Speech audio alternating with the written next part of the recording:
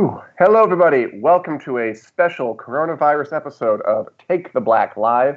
I am Dan Selcke of winnerscoming.net. I'm a little bit sick, and as you can see, things are a little different today because of this pandemic. I'm sorry. Pandemic now. Yes. We are recording ourselves in different areas of the city of Chicago and Skyping in, because we didn't want to leave you guys without your weekly dose of very important information on things like lasers and robots and dragons and swords, stuff like that. Mia, where are you right now, and how are you right now? I'm currently at home. You know what? I am healthy as a horse right now. I hope that's the right saying. I hope that doesn't mean anything else. Welcome to my... Understood if it's the right saying.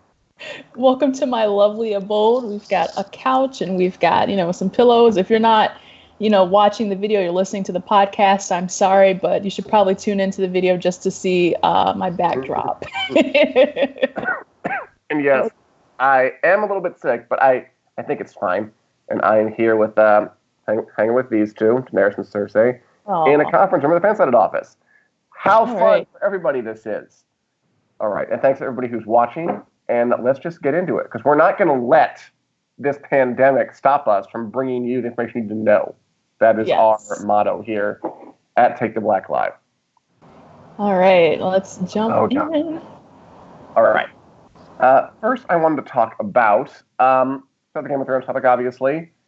So, Jack Gleeson is the man who played King Joffrey Baratheon for 4 years in Game of Thrones. Seen here splattered in poop at some point. After Game of Thrones, it was pretty famous. He played such a disgusting, vile, wretched, horrible, awful character. Mm-hmm. People have these boundary issues. You can't really people see him in real life, and they're like, screw you, man. It's it's just a character. I don't know what So he took a long break after playing this. I think he was young. He didn't have much a career before this. He wasn't Batman Begins, that little kid in Batman Begins that Christian Bale saves from something. Oh, that's right. Yeah, I do that. He was. And I read some comment once that people hate him for that too. Hey, Jen, we are like this because the coronavirus has kept us all from being in the same place. So we are doing the Skype setup thing. But we are bringing it to you no matter what. Anyway, welcome to our lives. What's that?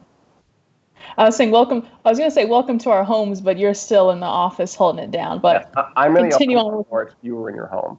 Yes. And together we're fighting the coronavirus. Talking about Jack Gleeson, yeah. So he's coming back to TV. The guy who played Joffrey Baratheon after 6 years away. He was doing little theater stuff. He's going to be a part of a British comedy show called Out of Her Mind on BBC Two, which is about, family, the difficulties, blah, blah, blah, blah. I'm sure it'll be nice. My question for you is, do you think we're ready to see an actor like that and not hate him? Or is it even possible to get over, how closely do you associate an actor with a role? And if the role is horrid, are they just doomed? Yeah. You know what? For some reason, the first actor to pop up in my mind is Daniel Radcliffe, Harry Potter. Sure. To me, I always at least thought people could never ever see him as anybody else except for Harry Potter. And I think to some extent that's kind of true because, it's kind of totally to me it feels like no one else could be Harry Potter but him. But also he's in now a couple new roles. He's in that weird Guns Akimbo movie or whatever that is. And he's on this magical comedy TBS show that's going on right now. So I think Jack Gleeson has a good shot at it if he just kind of slowly, creeps his way back into TV. People are still gonna hate him for a minute, but I think it'll wash away hopefully. How much of that? How dare he be on this television thing? Yeah. It's an interesting topic, Jen, because he for years played these really weird roles that were as far away from family friendly Harry Potter. He played a farting corpse in a Swiss Army Man movie. He played, remember the movie Horns, where it just came with horns? He really tried to distance himself intensely. Robert Pattinson was another one who identified with Edward Cullen, that's his name, right? The vampire. Twilight. Had to who basically went off and not off the map, but he did very different sort of roles for years, to the point where he is now accepted as something as not just Sparky Vampire anymore. Yeah. I mean, it's kind of what you have to do. So Jack Gleeson's strategy was, people think of me as King Joffrey, the worst, one of the most hateable characters on television of the past decade, I think, easily. Yeah. I'm just going to go radio silent for 10 years, or 6 years. As Terry says, he looks like Nellie on Little House on the Prairie. That's Jack Gleeson, which I can also see. So yeah, hopefully, however actors do it, they can take the long way around to having a second bite of the apple and having a second resurgence in their career as something other than what they will play. I think he'll be fine. Oh sure, yeah. I mean, at the end of the day, it's not like he was Robert Pattinson huge or anything. He'll just he'll be able to carve something out. We're actually seeing a bunch of people from Game of Thrones coming back into the public eye after hopefully an appropriate time, kind of laying low, which is a great transition to talk about Dave Benioff, Dan Weiss, the Game of Thrones showrunners, are apparently popping up in Westworld. Now, Mia, you, because you are a special TV critic, awesome person, have actually seen the advanced episodes of Westworld Season 3. Did you see this bit? Now, okay. I, for the life of me, do not know what I don't think if you told me that was them, I would have been able to point them out. So I did not. White with half-beards. Huh? Yeah. It's I did not 100% point them out, but there is a really good bit that I was like, oh, is this like a Game of Thrones nod in Westworld? I get really, really excited.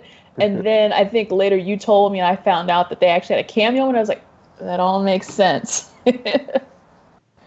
I mean, we're not going to spoil anything. Yeah. I can totally picture what it might be. Because, there were jokes years ago about is Westeros just a theme park in Westworld? Medieval land, something like that? It would work, yeah. I'm betting that's what's going to happen. But we'll see this Sunday when Westworld comes. Yeah. By the way, so you watched the episodes. I want to just get your take. So I know that you watched the first 2 seasons recently. Mm-hmm. And are you excited for this 3rd season? And what can you tell from what you've seen? Yeah, I've actually got a whole little thing. I've got a primer prepared too, if we're gonna get into this. But yeah, I saw as part of the preview, I watched 4 episodes, which I believe is at least half of the season already. And so there's a lot going on for sure. But I have to say, I think in this month, 2 months that I've binge watched Westworld, it has quickly become one of my favorite shows. I'm so glad to hear that. Yeah, it is ridiculously on brand for me. And so, as a little going through this primer, the new episode, this new season starts March 15th, which is a Sunday. It's coming up. And I want to kind of wheel it back in to talk about season 2, and maybe I can give you some hints about season 3. But I want to start with Dolores, whom we have a beautiful picture of in the future. Abernathy. Yeah, Dolores Abernathy, the old farmer's daughter. And I want to ask you, Dan, how did you feel, because this is related, how did you feel about Dolores' turn from being, just the sweet farm girl damsel in distress to this all-out ruthless killer and someone who will stop at nothing to get what she wants? I thought it was compelling. I thought that Evan Rachel Wood is good in the role. I gotta be honest, the thing I most came to associate Dolores with during that 2nd season especially was long-winded speeches about the existential problem facing humanity and the reason it had to be wiped out. She just talked a lot. Yeah. I got it. Whenever she started a big scene, I'm okay, I'm going to make a sandwich because she's going to be on this for a while, just talking about. And that's where to take back their world. So we have to do this and do that and do that. And I felt like the show was kind of preaching to me at a bunch of points. There were some points where I felt the curtain pulled back and I saw the writers at their keyboards click, click, clacking about their opinions on the human condition. And I kind of thought she was mouthpiece number 1. obviously, I liked her. I liked the performance. It did kind of grate on me, and I'm looking forward to see what they do with her in season. If they decide to pull back or go whole hog. Why not? Yeah. Yeah. You know what? It was a weird change for me because I really loved Dolores' character in season 1. Sure. And I really didn't care too much for Maeve in season 2, who's kind of like another major player, and we'll get to that. Mm-hmm. But yeah, there was something about, like, I felt like, and I might have said this the other week, that it kind of seemed like a really big change for her character to all of a sudden just be like so sweet and kind, and then she's like, no, actually I hate everybody, I hate all humans, destroy them, blah blah blah. But good news, or maybe not really, is that they're really kind of trying to drive that home in season 3, like, the stop at nothing to get everything done. And it I don't know, it's like, I don't want to spoil anything, but it's basically her character from season 2, and they're really just gonna like put it in your face in season 3, except for this time she's all out of the park. That's why she's wearing like modern clothes and all that stuff. Whew. And that leads us to her new recruit, which is Aaron Paul. Not actual Aaron Paul. He plays a character named Caleb, and he's got 2 new friends, played by Lena Waithe and also Marshawn Lynch. So we're really adding a lot of characters to this story, almost to the point where it's like Game of Thrones. You also have another new character, Vincent Castle, who plays Sirach. He's that mystery guy in the white suit. And Michael Ealy has, I'll call it a mystery role, but the character's name is Jake. So yeah, there's a lot of characters to keep up with. Do you think that could be potentially problematic, adding in all these people, and it's like, oh my gosh, so many characters? I mean, I think that if the story is good, add as many people as you want. I mean, I'm a Game of Thrones fan, so the whole joke with that was like, this cast is like dozens of people long. It's ridiculous, but that can really give a show depth, I think, if you have a lot of characters and they're written well and they actually all have like their parts to play. It's great. Part of the thing that frustrated me about Westworld a little bit when I watched the last season 2, wasn't like the character so much. It was sort of the circuitous way they told the story. With like, we're putting in flashbacks and flash forwards. I'm not really going to tell you when they're happening, and it felt kind of showy for showiness' sake to me. So these new characters, do you think they're substituting the circuitous narrative for new characters and making it complicated in that way? Is the 3rd season like as kind of windy as the second? Yeah, and we do have a picture of them too, of Aaron Paul and his crew. I like Aaron Paul. I like Lena Waithe. Yeah, I do. I love them. They say you're not supposed to touch your face because of coronavirus. Right? Yeah. Don't do that. I will never touch my face ever again. You know what? I think what's hard about Westworld is that you never truly find out like what the really huge twists are until the end. Right. So kind of like how they were telling the narrative in season 2, it was like you really didn't find out about like the whole thing of like Bernard like mixing up memories and telling it in an insequential order. I think that so I'm like very suspicious. Nothing of that sort has happened. Ooh, no, I take that back. There's one tiny little thing. there has to be at least one. There's one thing that you learned early on. It wouldn't be Westworld. There was some kind of twist. Yeah. But so far, everything looks linear. I think I know what's going on timeline-wise. But there is also a lot of, which I can say, jumping in between locations. So one day they're in the city. One day they're at wherever Nazi Park Maeve is in. Okay. Yes, Nazi Park, which if we want to get down to Maeve, we can start talking about her. So right now, and you know what? I didn't close my window.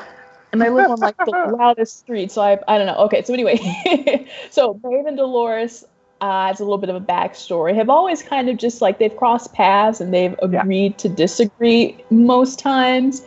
But now one of Maeve's missions, number 1, is to get out of the Nazi park that she's in. Good goal, Maeve. Yes, which we see her. She's got like her 40s hairdo and everything. And then at some point, you see in the trailer that she comes across Serac, and Serac is like, "I want you to kill Dolores." So Terribly. we're causing a little drama, and I was wondering, like, do you even think, as far as storylines go, that it's worth pitting these two together, or like, could you have always seen that happening in the end anyway? Oh, totally. I mean, that got me excited. I always liked Maeve. Like, even in season 2, I think Thandie Newton has a very... She just seemed... Like, Dolores seemed like kind of almost... I mean, she is inhuman, but like, she seems so distant and kind of has this like sheen of righteous perfection around her. Maeve was a little more, I mean, human, even though she's a robot, but whatever. She was more vulnerable. She had this kind of her wanted to find her daughter quest. She was a little more sassy. She had better lines, I thought. Like, not that there are teams, but I was definitely Team Maeve that season. I just liked watching her storyline more than watching Dolores's. And I think they were setting up an ideological conflict, right? The Dolores is kill all humans, Benedict Futurama style, and Maeve seems to be a little more palatable to just a little less bellicose about it all, a little bit, maybe not kill all humans. Come on, let's calm down. So it makes sense that they could come into conflict, absolutely. I think that sounds like a good development. That sounds like it could be juicy. So I'm looking forward to that. That sounds good. Yeah, Maeve quickly, this season, I would say, became my favorite character. Dolores, to me personally, got a little bit, I don't know if it's annoying or stale is the right word to use it, but once they finally bring Maeve back in, I'm like, oh yeah. She definitely freshes things up a bit. So, like, that was the question I kind of had for you. Like, are we supposed to root for Dolores? Like, are we supposed to be behind Dolores's "let's exterminate humanity" raison d'etre? Because, like, I feel a little awkward about that as a human being. I think that's kind of Westworld's thing, is they like really like want you to start thinking deep, and I think they don't make it easy for you, because obviously we're having this conversation now. It kind of reminds me of, I was watching this video game. Usually, like, if you play sort of like choose your own adventure video games, you can kind of help like the bad guy, you can help the good guy, or you can help somebody in between. And the one guy that I was watching, it was like he wanted to help every single body until he came to a conclusion, every single person. So it kind of just feels like it felt to me like you kind of like hop on and you're like saying yes to every person's ideology. Like, yes, it's right that Dolores thinks Ford was wrong, or, for treating them badly, or Dolores is right for, taking somebody not Dolores. Maeve was right in taking somebody hostage so she can go and find her daughter. Like, I feel like you hop onto every one of those single ideologies. Right. And I think at this point, though, you might actually be a little bit more decided. Like, no, I actually agree with Dolores, or I actually agree with Maeve. Yeah. So it's my roundabout to say, I think if you don't have it figured out now, you'll probably definitely have it figured out this season, unless there's another twist. Unless there's another twist, of course. It does sound intriguing. Yeah. I mean, I always like the idea of two characters that you both like coming into like honest conflict where you don't know who you want to win. Mm-hmm. In this case, I feel like I would be rooting for Maeve, but I'll see what happens. So my final question to you is, like, did you like it? The ones that you've seen, just have you enjoyed the episodes that you've watched, the advanced ones of Westworld? I would say, yeah. I think it's still a strong series. It's very much, it's strong, it's unique, it's something, different. It did kind of, as I say that, creep into like Black Mirror territory way more, because it's getting a lot more preachy about humans and androids and the whole theory about, which one is more complicated than the other. But I realized that I was like, after I didn't have episode 5 to watch, I was like, oh, I want to find out what happens next. So I think that's a good sign. They're on the right path. Good. And again, it airs this Sunday, 15th. I'll be watching it. I'll be curious. Yeah, I mean, I want to love the show. I feel like it's fought me sometimes. But if I can come around, great. Speaking of things that maybe are a little less divisive, we also have the Black Widow movie coming out, when? Soon. May the 1st. As of now, Disney's not moving the date. For now, anyway. It should be coming out May 1st. Because we've had a lot of things being moved. We had the James Bond thing a couple weeks ago, and we had other movies since then being moved because of the coronavirus. Peter Rabbit 2, Crimea River. Peter Rabbit 2 is moved, unfortunately.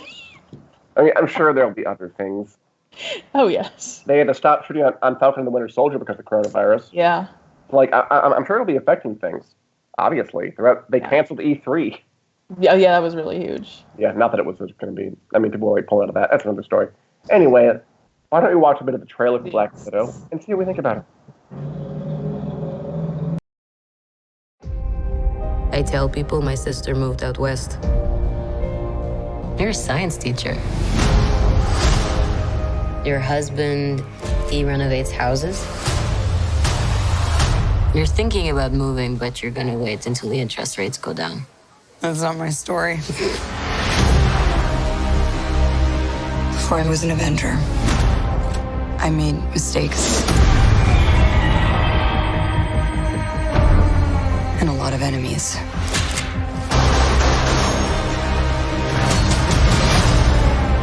His call sign's Taskmaster. He controls the Red Room. They're manipulated.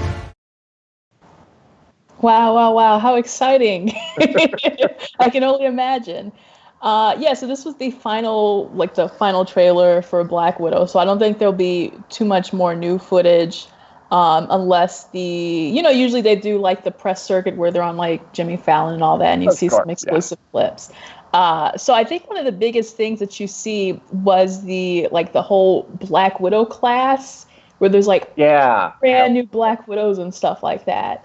And it's sort of an Entertainment Weekly article was just published yesterday interviewing Scarlett Johansson and all that. And they were like, this is finally the movie where we get to kind of spend some time with Black Widow or Natasha and see who she really is. So as much as this is like a spy action kind of, big movie like that, I think they're really going to try to do like a character study of, Natasha Romanoff, which should be pretty interesting. Of course, yeah, I agree with that. I mean, she's obviously an important part of the Marvel Cinematic Universe. It's kind of like a postscript to the whole last suite of movies, think of it as. Yeah. Like, we're about to go forward with the Eternals, all these other big things. But first, let's have like a literal kind of eulogy for a character who did die. Yeah. And we didn't see her star-studded funeral like we saw Tony Stark's star-studded funeral. Yeah. Like the funeral scene. But she does get a movie to herself, which is almost as good as a finally the end of that. Yeah. And it's funny because in that the interview that I was reading, the big cover story, Scarlett Johansson said she was kind of like at first iffy about like actually doing a Black Widow movie. She was like, really? I've done this before or something like what the big thing was like, she was like, I want to be challenged. So if you're going to make me do something, at least let it be new and let it be fresh or else like, what's the point? And so she talked with the director and then, spitballed some ideas and she signed on to it. So, and yeah, it's to me looks pretty good. I'm excited to see it. I'm hoping like it'll be safe to go to movie theaters when it comes out. Yeah. We all are. I'm wondering, like, Con of Thrones is in July. Mm-hmm. Like, will that be after this is all passed? Or, I don't know. We're all going to see. I'm looking forward to it, too. Looks good. I will see it. Yeah. Yeah. And then there's this whole big mystery about the villain. And it's like, you can't see him because he's masked. And what's really cool, I don't know if that was, like, in the clip that we got to see here, but he's like copying everybody's fighting styles. Like he can throw a shield and he's got Black Panther claws and all these things. So also I think Florence Pugh is in it, which I'm pretty excited about. Florence Pugh, big, really big, huge cast. Stranger Things, David Harbour, who I love. So yeah, he's gonna play the Red Guardian, who is basically Russian Captain America. It's pretty fun. That should be fun. I thought Florence Pugh was robbed at the Oscars, FYI. That's pretty accurate. So I would love to see her come back here. Get an Oscar for Black Widow. It's her, Florence Pugh, Rachel Weisz, all like Oscar nominees. So, I mean, there's some talent in there. Superhero films now are they have gotten like an upgrade in terms of prestige, I think. Yeah. Like the MCU, you kind of can't ignore it if you're in Hollywood. Just the success it's had. And now the kind of talent it attracts. Like, I think it's only a matter of time before one of those films wins, like, Best Picture or something. And I would, yeah. The kind of accept into like the Hollywood elite family. We'll see. We'll live to see it. Is what is my prediction. Yeah. Speaking of kind of maligned genres that are getting classed up as of late. I was interested that last week it was announced that Craig Mazin, the guy behind Chernobyl, HBO's Chernobyl, a very serious, award-winning drama about the fallout from this, nuclear meltdown in the 80s in Russia. Very good, very thematic, very timely.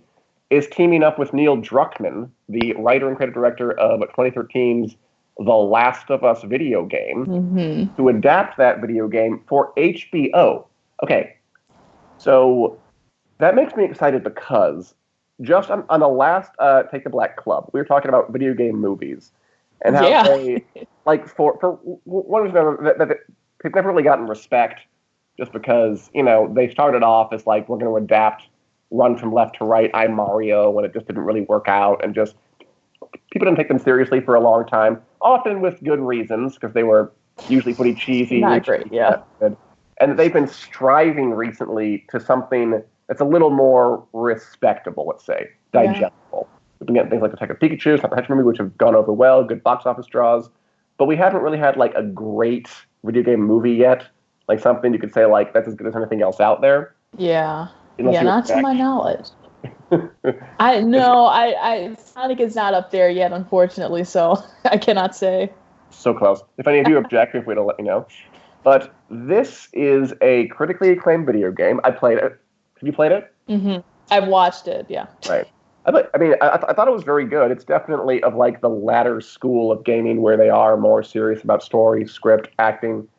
It's a zombie story, so we have a lot of those going around. Yeah. But the fact that Craig Mazin, the guy behind Chernobyl, is adapting for HBO, which is, prestige, like the home of prestige TV on television. Mm-hmm. Like, that to me is very interesting. Like, I wonder, like, if there's a chance for a video game thing to really break out and become, like, the rallying cry for, it's the new age of video game movies. They're classy now. It could be something like this.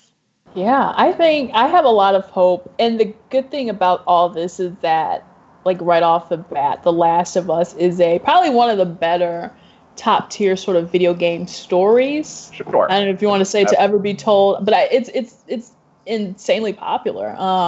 Very popular. And I think it kind of, it works. The story works. There's a lot of, what would you call it, pathos to it, a lot of emotion into the story. You've got the dynamic between Joel and who's the girl? Ellie.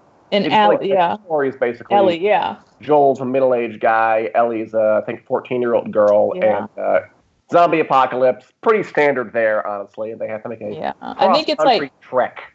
Yeah, Joel. Yeah. Okay, so Joel lost his daughter, I believe. Yeah, he did. To the zombie apocalypse, and then he kind of like by osmosis adopts Ellie, and I believe it's like she's immune from being turned. So it's kind of like they want to see if she can help cure other people. It's definitely they're on their trek to see what lab can help form a cure or something like that.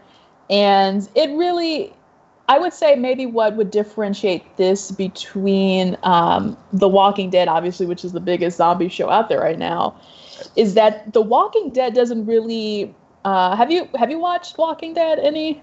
I have. I'm not caught up. Yeah, I'm not caught up, but I know the premise is that like The Walking Dead is more just set on like living and surviving. I don't think they don't really too much care about what's the cure or how did this all happen or what are we going to do to make ourselves better. They're really just focused on their own society. So I think that is what's going to separate. Very low on Maslow's hierarchy of needs. It's like on the shelter and food part of it. The last of us, like striving for things like spiritual connection and hope and love and crap like that. Pretty much. Now there is that Walking Dead spinoff coming that's about like the preteens or the young adults. Yeah. But I still don't. That is more, Ellie is only really one preteen. I think there's like two other young kids or teens that I can recall happening in the series. So it's not even going to relate to that. I think it's just going to be its own separate entity. And because it is HBO, I think they're going to knock it out the park, which I'm excited about. I really am. I'm pretty excited about it. And I have some fan castings right out the gate for it. What if Joel was played by Nikolai Coster-Waldau, who played Jaime Lannister in Game of Thrones, and Ellie played by Maisie Williams, who played Arya Stark.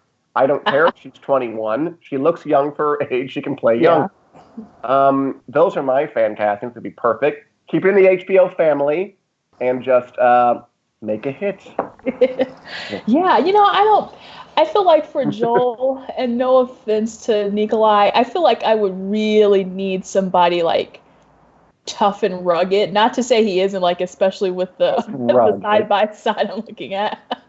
I don't know, kind of like somebody like whatever mood Ben Affleck is in right now. And I know he's gone through some things, so I don't want to discount him for the progress that he's made, but kind of just like the Ben Affleck kind of really grizzled guy. I don't know. Yeah, I guess I could see Maisie that. Williams, I think she could get away with it. Maybe I'm not too hip on like the young actresses. I don't watch enough Disney Channel nowadays. So yeah, I don't know who would make a good Ellie. I'm sure there could be like some fresh talent, obviously, but you know what? I'd put in Maisie Williams. If Williams was 5 years younger, this would be an obvious slam dunk. Yeah. Break mine. To give her something new. And I'd still never do it. Some of the comments here. I do not have the coronavirus, Julie. No. Like, I know we're a little late, but basically, we're not coming to the office anymore. Because of the coronavirus, we're all staying home to be careful. I'm here in the office, just why I have a backdrop of the city behind me. But so we're doing this split screen thing. It's a good time. But thank you for your concern. And Jen says, don't hate me, but I've never refused to Walking Dead. I've seen Dawn of the Dead, good movie. Night of the Living Dead, good movie. Return of the Dead. And started talking and asking to send me some paramedics. That was the end for me. Did they do that in those movies? I haven't seen enough of them. I saw Night of the Living Dead in the theater. It was pretty good. I don't blame you. Like, that is kind of a problem.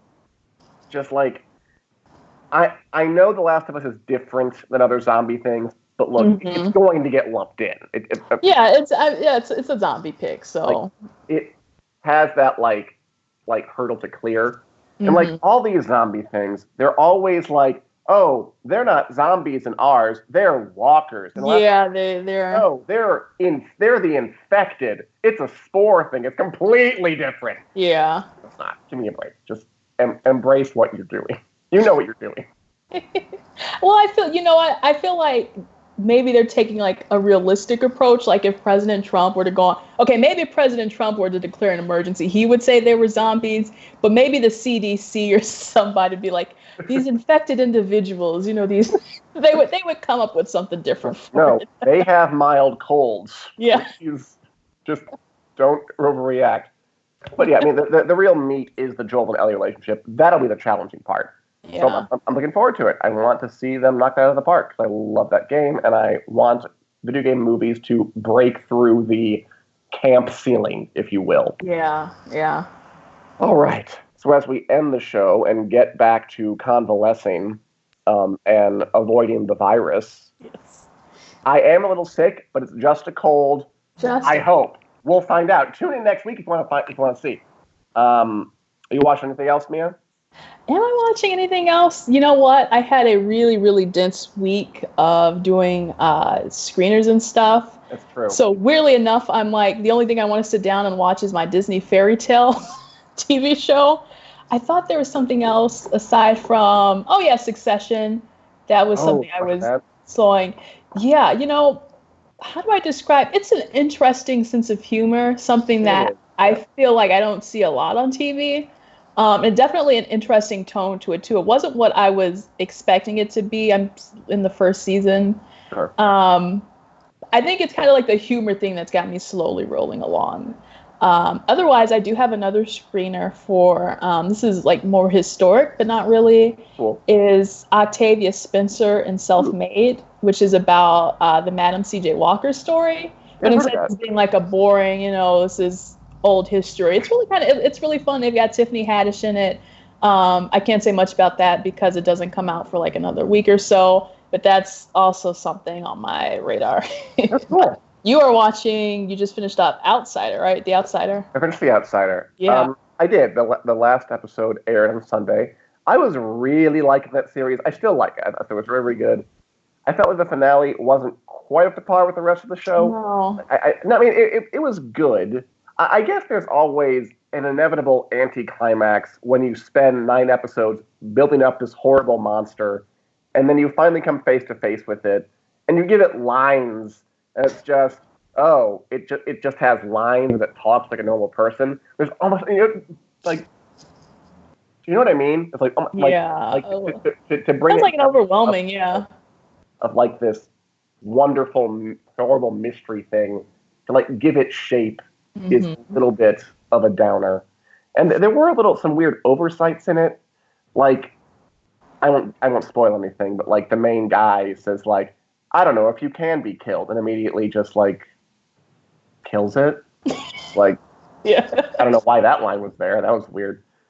And they didn't wrap it up. Like I won't say exactly how, but they kind of like left it open for maybe could keep going. One of the main characters, Holly Gibney, was kind of implied. Maybe she's under the monster's thrall now, but it doesn't really close it. And I mean, like, that is a pretty standard horror thing. Like the horror never dies. I wanted a little more closure that I don't feel like I got. I get that, yeah. What was I going to say? Especially about the open-ended thing, which I was just reading a review that we had go up on the site.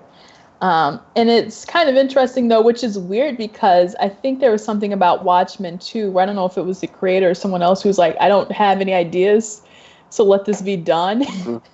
So it's kind of like, should this have been a thing where it's just like, let it be done and let it, like, they've already got the book material. So I don't know if they would move beyond the book and just start, like, going off the handle, creating their own stuff or what. I wouldn't mind. I mean, yeah, it was a good show. As Julie says, I thought it wasn't bad. It wasn't bad.